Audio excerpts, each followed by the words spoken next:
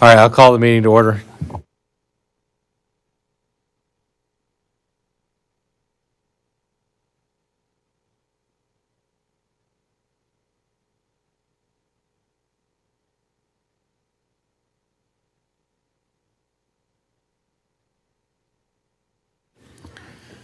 Okay, the meeting has been posted according to open meeting laws. Roll call. President Johnson. Here. Trustee Alexander. Here. Trustee Holm. Here. Trustee Nugent. Here. Trustee Renucci. Here. Trustee Smalley. Here. And Trustee Wisniewski. Here. Thank you.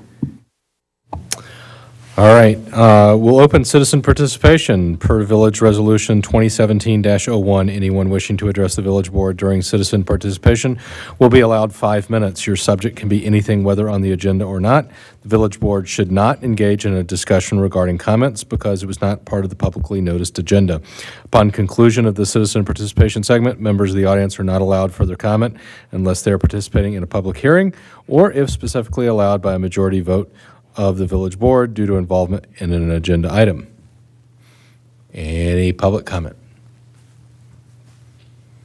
Going once, going twice. All right, we will close citizen participation, move on to consent agenda. One motion and a second will approve all of the following items. Any item may be pulled from the list and voted on separately. Sorry. Motion approved. Okay, we have a motion and a second. Any discussion? All those in favor? Aye. Opposed? Motion carries. All right, miscellaneous business. Item 1, review of capital improvement plan / budget with funding plan. Ellers to attend. Exciting stuff.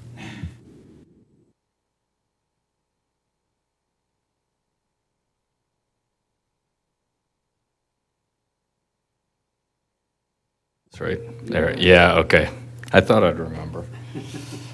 Hello, everyone. I am Brian Raymer with Ellers and back for the 2023 round of the financial management plan.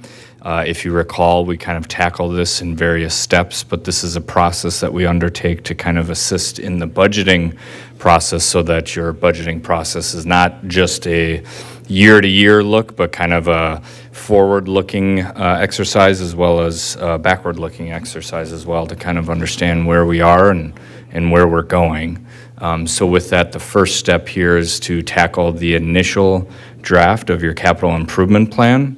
One of the reasons we do that is to kind of get board input in terms of where you'd like to go based off of where we're at with this first run. So understand by no means is this a final capital improvement plan and funding sources and uses, but rather we'll be looking at how do we, move forward from this initial run and what kind of direction we would like from the board. So these slides are intended to kind of hit the highlights. I did provide supplemental material as well that gets a little deeper into the numbers, but for that said, we'll kind of jump into the presentation, if you will. So 2023 through 2028's capital improvement plan. This is a list of capital expenditures the village is looking to undertake in the next 5 or so years. And with that, there's about almost $8 million in total in terms of expenditures.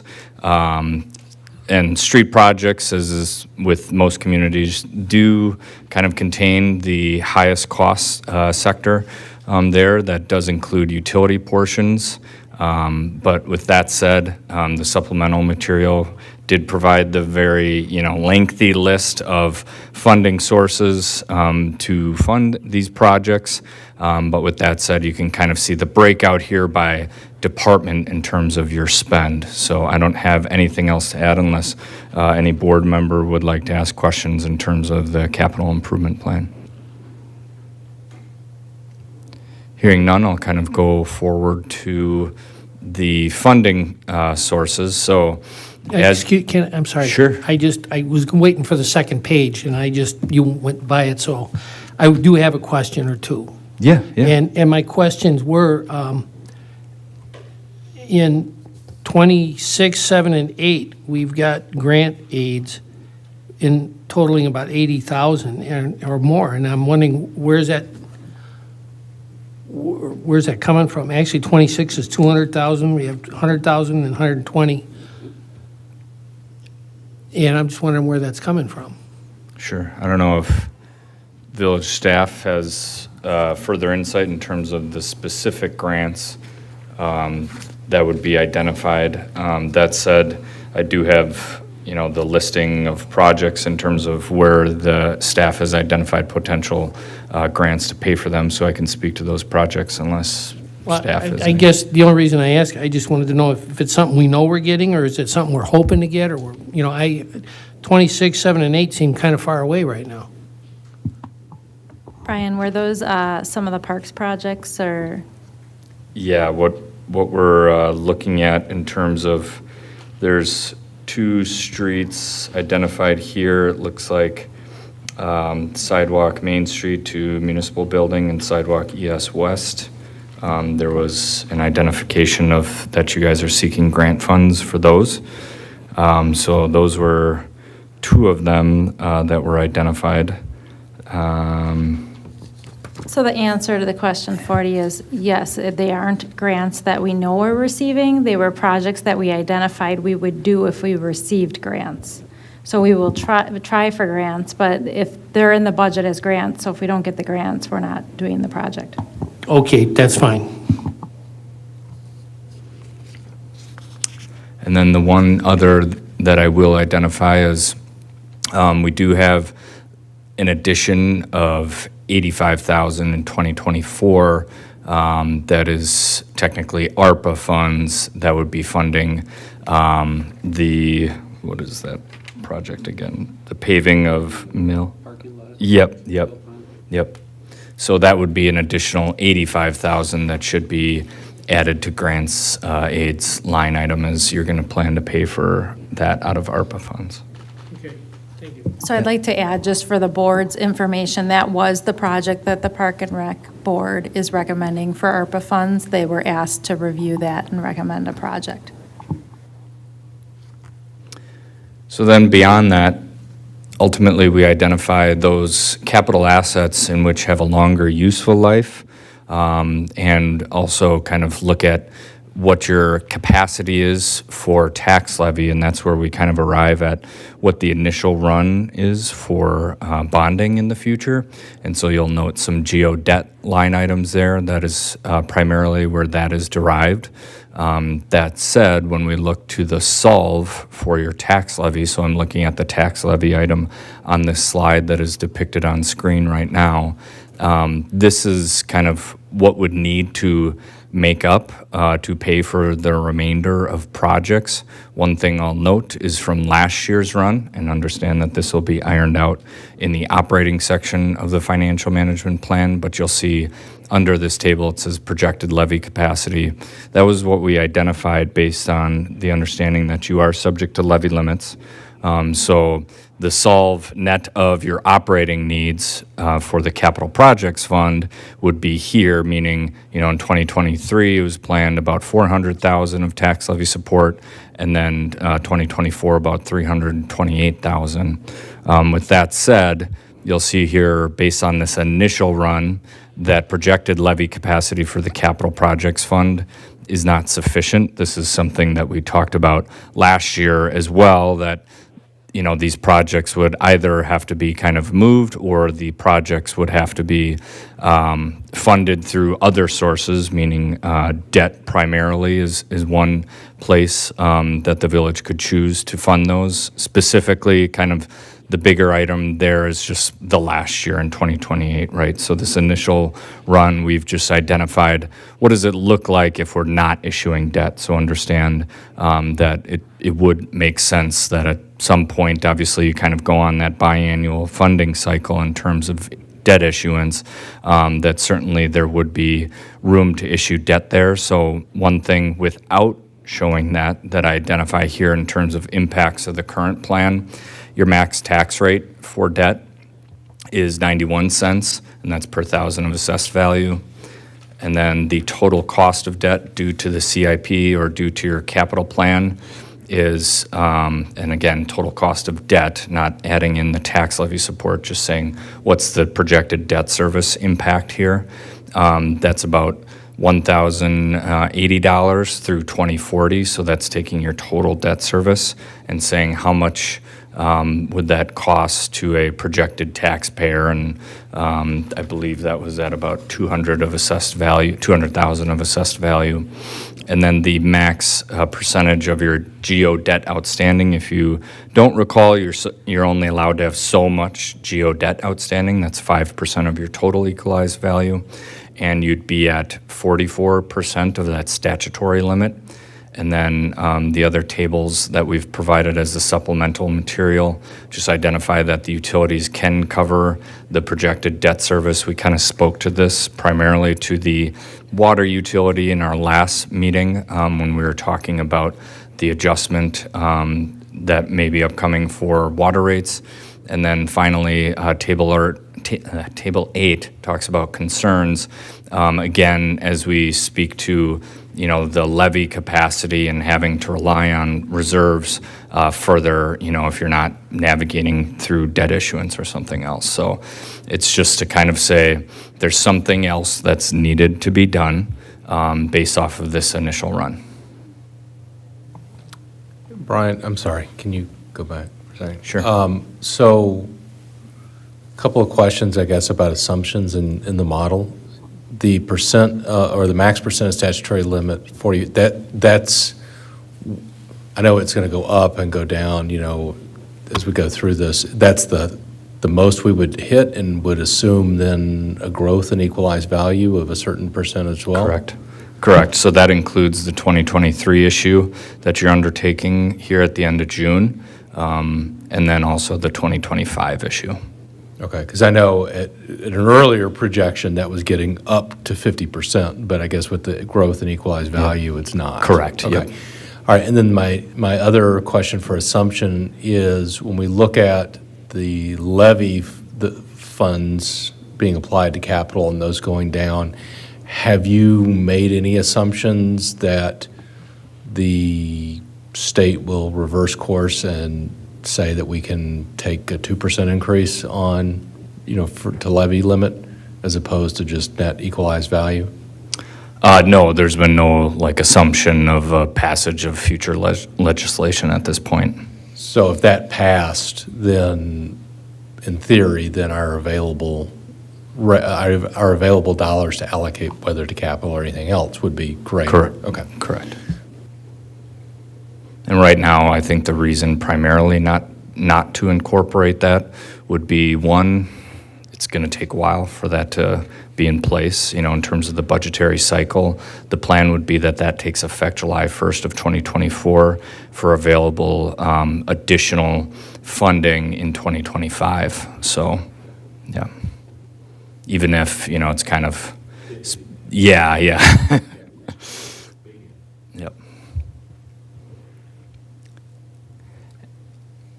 This slide is intended to kind of talk about what are some of the ways that we can adjust that total levy capacity.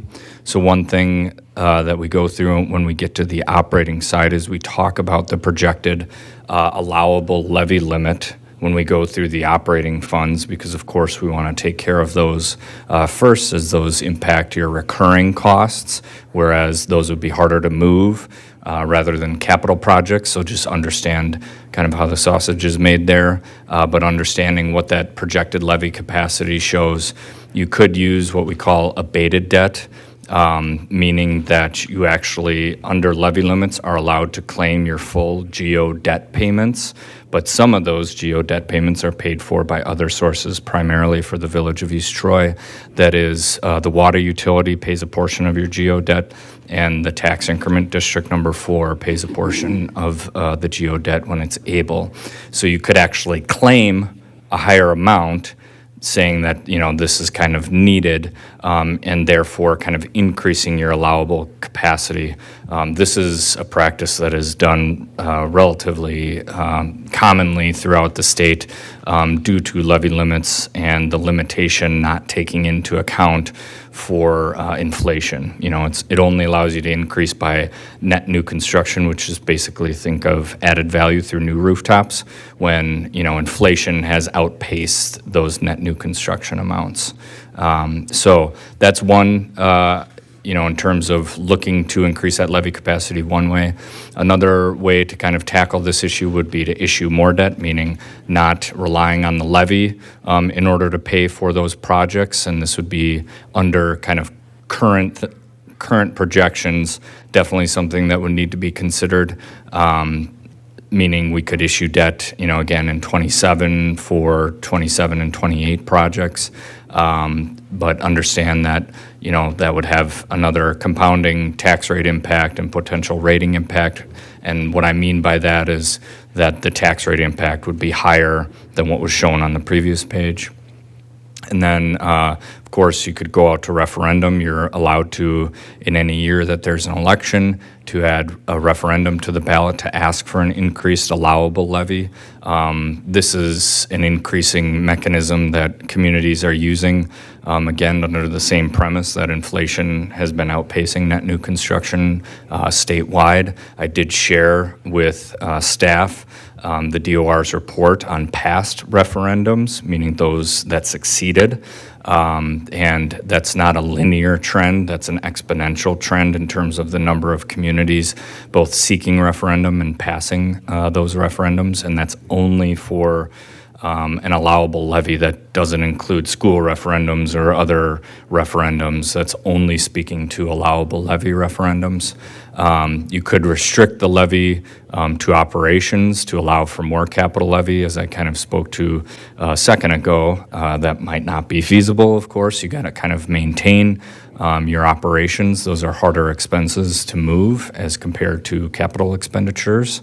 And then obviously some combination of the four mentioned above, excuse me. So speaking to using abated debt and kind of claiming more on the levy limit worksheet, the average of at least $180,000 would be available from the water abated debt. And what I mean there is, you could claim the water's portion of the debt service on the levy limit worksheet to kind of increase that. So that's an average of $180,000 per year. So that's certainly another place, to kind of look to in terms of using abated debt. You're increasing your allowable levy, so in subject, increasing your total levy.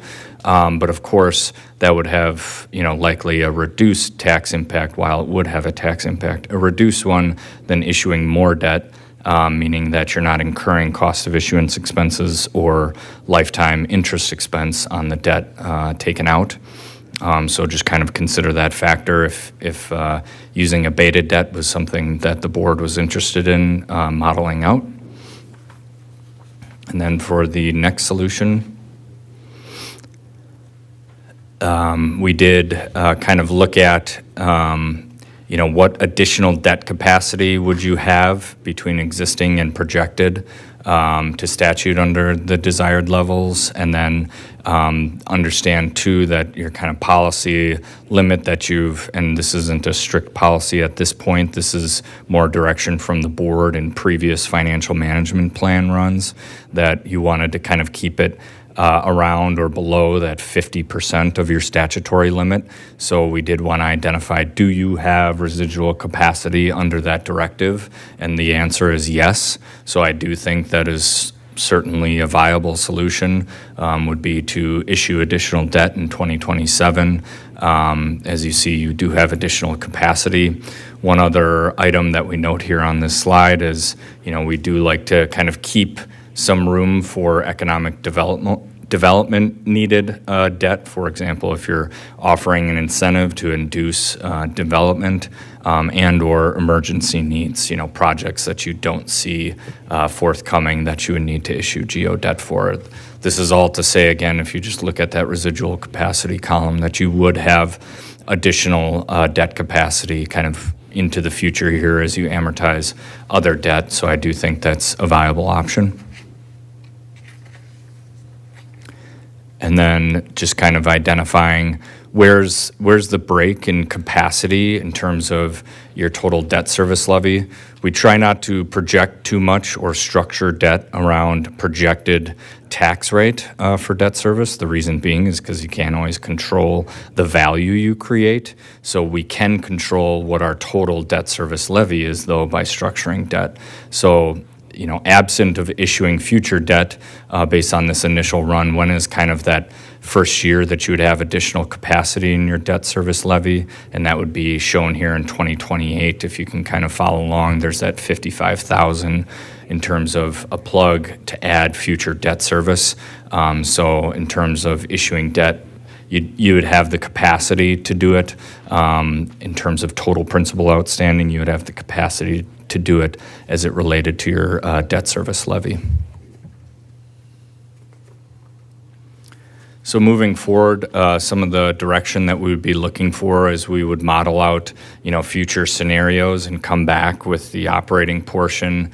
And then you may recall the final workshop is to kind of look at those scenarios and kind of move into budget season with a little more, fine tuning. And so in order to fine tune it, we would be seeking direction from the board to kind of prioritize those options, whether it's using abated debt, issuing more debt, or a referendum, or kind of a combination of those. So kind of prioritizing what is most palatable to the board in terms of a planning run. Again, not committing you to anything, but rather to say, all right, let's run it by just doing more debt, not any abated levy, or let's do it with just abated levy and not issuing more debt. And then another directive we were looking from the board is, where you're comfortable leaving that debt limit, understanding the historical directive has been that 50%. Are you comfortable getting to that 50% limit in order to avoid, using that abated levy? And are you okay with going above that 50% debt limit if it's needed for emergency or, economic development reasons, saying there's no way to predict when those would be needed. But that said, if we kind of say, based off of our capital needs, we're comfortable with going to 50, and then we can use additional capacity, for those other items mentioned.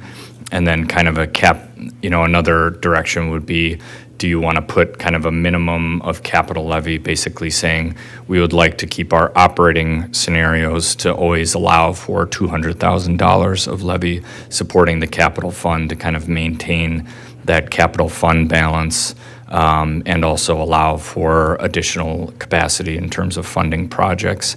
That said, the one thing I'll note is, when the rating agency looks at your fund balance, they're looking at your general fund balance, not your capital projects fund balance, because capital projects is all assigned fund balance, meaning you're saying it's going to go towards these projects in the future. So generally, they don't look at that as kind of usable fund balance, and they're looking at your general fund balance, which we're not speaking to here tonight. So I would say, in terms of prioritizing those, I wouldn't be as concerned with the capital projects fund balance, but certainly it's something that you don't always want to see going down in perpetuity, because that well will run out. So with regard to the debt limit and the 50%, you're talking about that in relationship to capital projects, it shouldn't really affect our bond rating?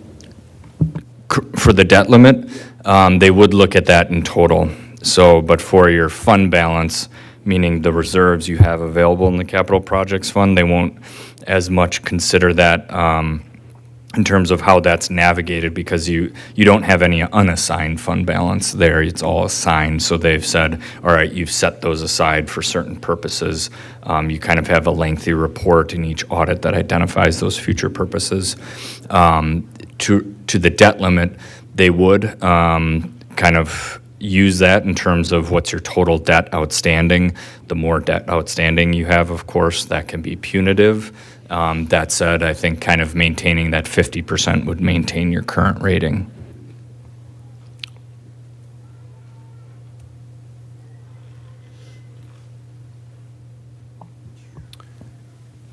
So I think on prioritize options, and this kind of gets across, this gets a little bit into the debt limit and capital levy minimum, but, I was trying to do some quick math here, and I should have done this before the meeting, but roughly, if you add up public safety, so police, fire, and rescue, that's about 20% of the 5-year capital ask that you've got out there. I'm hoping that we'll get some relief on that from the state, but that's another big if. So we'll have to see how that shakes out. And for sure, a big portion of that is fire. There's just a lot of capital they got to catch up on. I guess the other piece is, and we'll need to break this out between, I'd like to understand a little bit better, what's in the TID, how much is TID that we're anticipating versus utility, which is going to be covered by rate case ultimately, not eventually levy. And then the debt limit, the 50%, I think is a good, this is me speaking, not for the rest of the board, but my opinion, is a good metric for us to look at, especially in a high cost of capital right now. So the fact that we're getting, obviously it's going to go down as our equalized value goes up, but that doesn't mean we're paying it down. So I don't want our carrying cost of capital to be going up, but that's going to chew up OpEx. So that's my concern there. I do like the idea of a capital levy minimum, though. One of the things that I always had noticed back, I think starting from we said the Great Recession, but which recession do you mean? 09, to say, that our capital funding had gone down. I'd like to figure out, and I'd look to staff to recommend a number. I don't want the board to be like, oh, it's got to be 200,000. But what makes sense? And I get that presents OpEx challenges, but I think that we need to show some sort of levy commitment, property tax levy commitment to the capital. My opinions.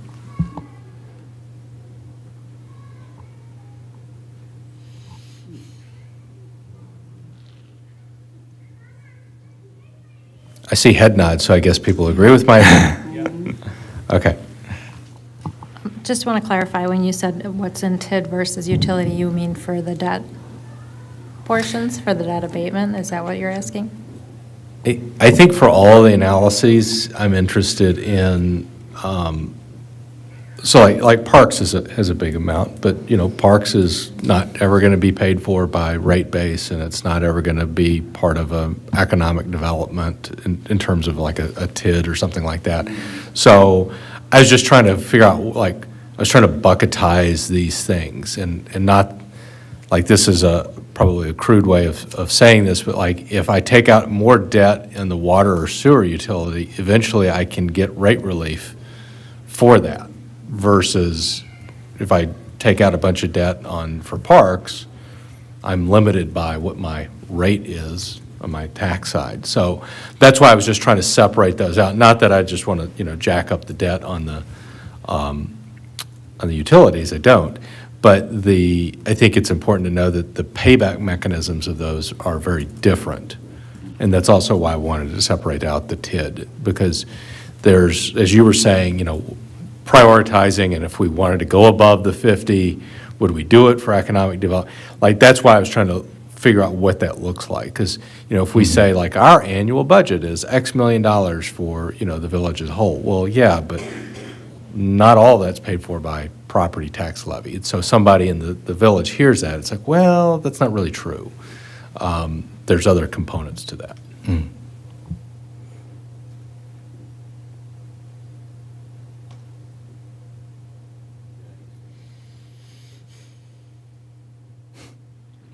Any other questions for Brian? Do you have what you need from us?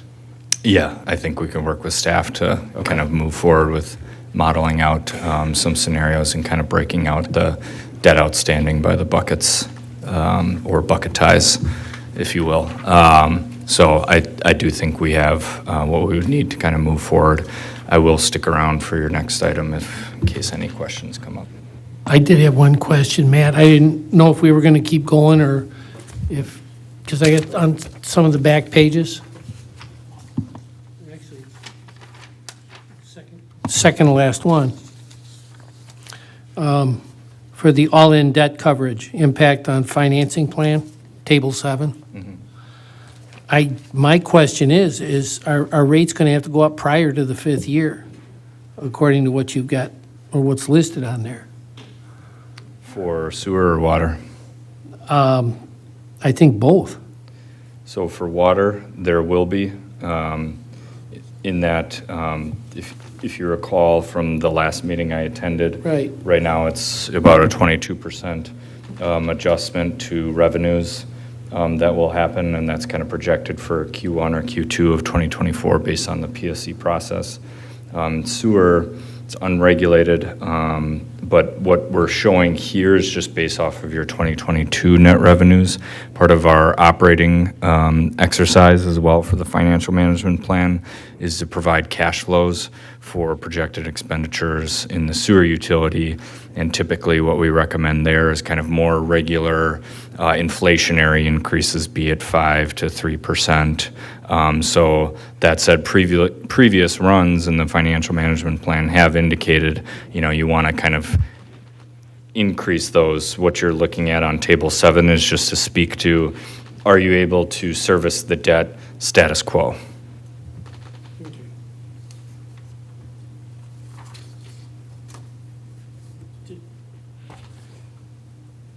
And then, John, we can take this offline, but I know we had some questions last year about parks and what they had requested, and I know they've been working on a strategy, so just making sure, I think you at your meeting next week, what they think about this and make sure they're in agreement with it.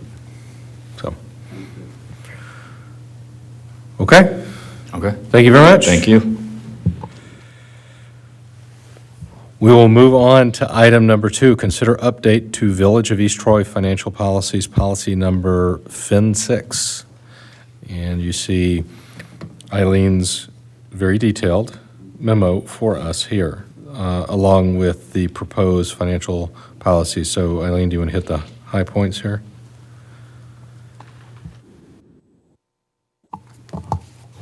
Sure. So staff was reviewing banking services and depositories and decided we need this update for a couple of reasons. Number one, the investments listed in our policy were not nearly as extensive as what state statute allows us. With that being said, state statute allows us investment vehicles that are very conservative. So not to worry, it's not that we're investing in things that are risky with village funds, but during the time period when interest rates were incredibly low, some of the treasury notes were actually doing better than CDs at that point. So we thought it would be valuable to update those investments. We're also looking at the possibility of investing more funds at a local bank. And I know that not all board members would be familiar with this practice, so I apologize for the level of detail, but I thought it was very necessary. When a municipality invests greater than the insured amount, that's FDIC insurance, and then there's also a state deposit insurance fund, which the state deposit insurance fund is a little concerning just because from what I've heard, it's not extremely well-funded and it's on a first-come, first-served basis. So those two together is $650,000, although we don't really rely on the $400 from the state deposit insurance. So when municipalities invest more than that in a local bank, a common practice is the bank will collateralize that money above and beyond what we would be reimbursed through those insured amounts, which would then guarantee if there were a bank failure that the village would receive reimbursement for the funds that we had in those accounts that were collateralized. So those were the primary reasons. If the board's in agreement with that, then we would be looking to do requests for proposals from banks on those services and come forward with an agreement with the bank. But so a lot of the amendments in that policy were reflective of those, and then there were just some general housekeeping items. Were there any questions on any of that that I can address? Of course. Because I'm not the sharpest knife in the drawer when it comes to banking, but my first question would be, I do know the FDIC only covers $250,000, but is that per account or for total assets that you have in one bank? Total assets in one bank. So I guess then, I'm guessing, I'm assuming, we're going to put that amount or less in a bank and not over that amount? Correct. So we would, if we had more than one account at the bank, we'd make sure that all the accounts don't exceed the collateralized amount.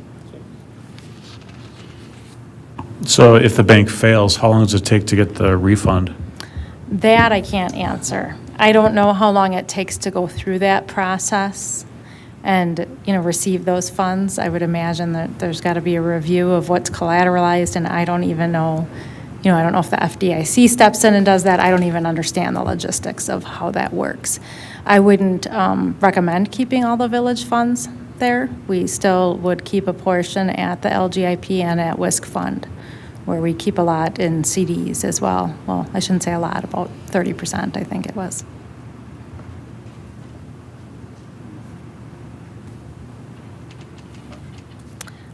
If the board does not have any concerns with the financial policy, I'd ask for a motion to approve it.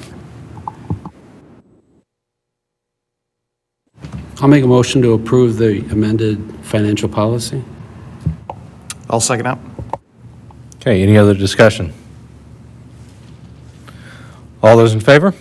Aye. Opposed? Motion carries, and we're good on staff proceeding with the RFP? Okay. Excellent. On to reports. Item 1, Park and Rec. I'm sorry, I'm way off. My scrolling jumped. Ordinances and resolutions, we have 2 of those. Resolution 2023-12, requesting changes to state law. This is concerning the liquor license transfers that we discussed in our previous meeting. I'll make a motion to approve referendum 2023-12, resolution 2023-12. I'll second that. Any discussion? I just have one thing, there's a misspelling on your name on the bottom of the resolution. Try not to look. 2312? Yes, there is an H missing. Somebody got the H out of there, huh? Oof.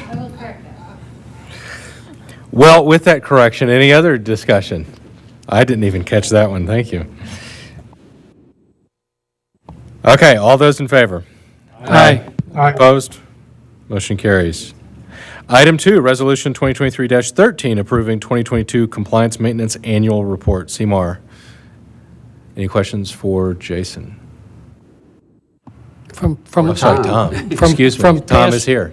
From past reports, this looks, it looks great. I mean, maybe you can reiterate or, Yeah, we passed. We had almost all A's. Tom, maybe you just come up and just touch on the biosolids concern where we got a B. So, because we normally do have straight A's in this one. It wasn't the result of anything anyone did.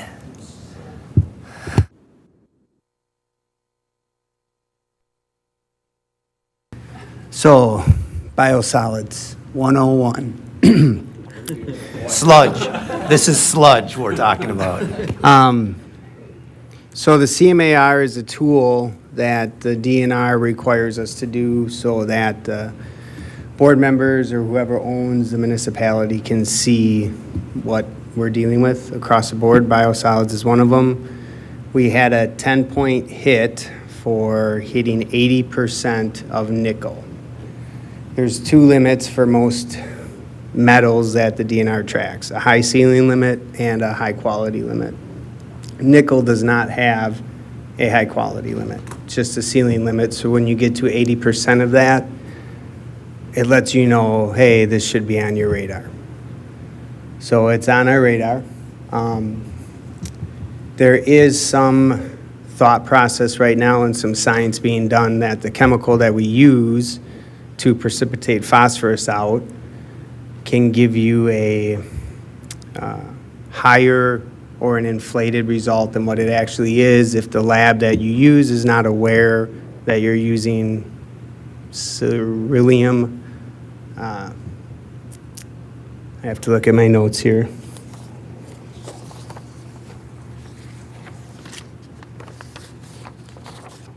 lanthanum, cerulean lanthanum, and that's what we use.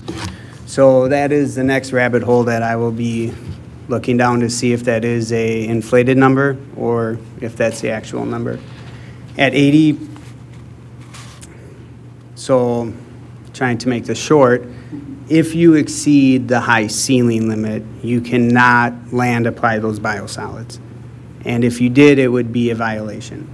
Currently, we don't land apply biosolids. We have a contractor, Walter and Sons, come haul out the biosolids and take it to their tipping pad.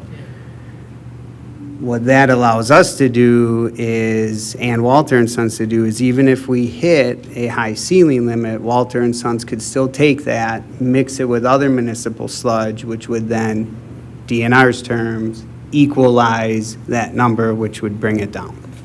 So there's not much concern to have it be there. It's a long story short. It's short. The only other thing I want to say is the CMAR is our report card for the wastewater utility, and it's the result of a lot of hard work by not only Tom, but Doug and Derek. They take care of the collection system, and it's a team sport. It's because of a lot of hard work. Yeah, thank you. Thank you. Professor Tom? Thanks for the chemistry lesson. May the chemicals be in our favor. I like it. Also, I'm trying to schedule a treatment plant tour with 40. When that's scheduled, I'll let everybody know if they want to join, or if anybody can't make that and they want to do a treatment plant tour and they got about 9.5 hours, come and see me. Well, Thank you, Tom. if there's no other discussion, I'll make a motion to approve Resolution 2023-13, approving the CMA report. Second. Any other discussion? All those in favor? Aye. Aye. Opposed? Motion carries. Thanks again. All right, reports. Parks and Rec board minutes from April 10th. Any questions for John? Pier looks great. Yeah, I was just going to ask about the pier. I know it's open, but did you able to go down and do a full checkout? Yep, yeah, it turned out great. Bills paid, we're all done. So then the pier company gets a pat on the back, right? They sure did. Now, we just need a paved parking lot and pathway to get to it, so that, honestly. Keep the mud off the pier. Yeah. And make it more handicap accessible, yeah. Okay, items 2 and 3 are emergency services minutes from April 11th and the annual meeting from last year, because it's an annual meeting, May 17th, 2022. Any questions for Jason?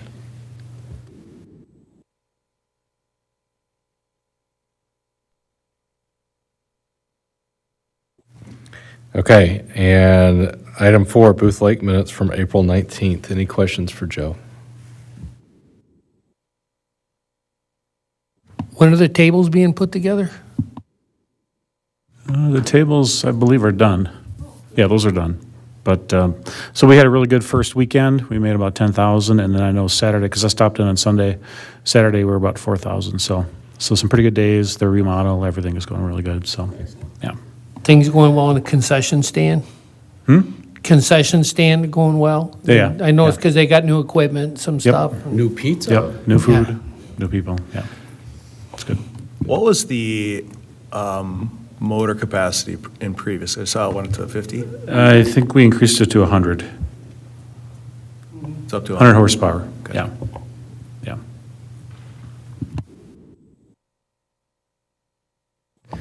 Okay, that's it for reports then. So I will make a motion to go to closed session, adjourn to closed session pursuant to Wisconsin Statute 1985-1E for the purpose of deliberating or negotiating the purchasing of public properties, the investing of public funds, or conducting other specified public business whenever competitive or bargaining reasons require closed session, airport manager and fixed base operator lease, and 1985-1C for the purpose of considering employment, promotion, compensation, or performance evaluation data of any public employee over which the governmental body has jurisdiction or exercises responsibility, DPW/airport.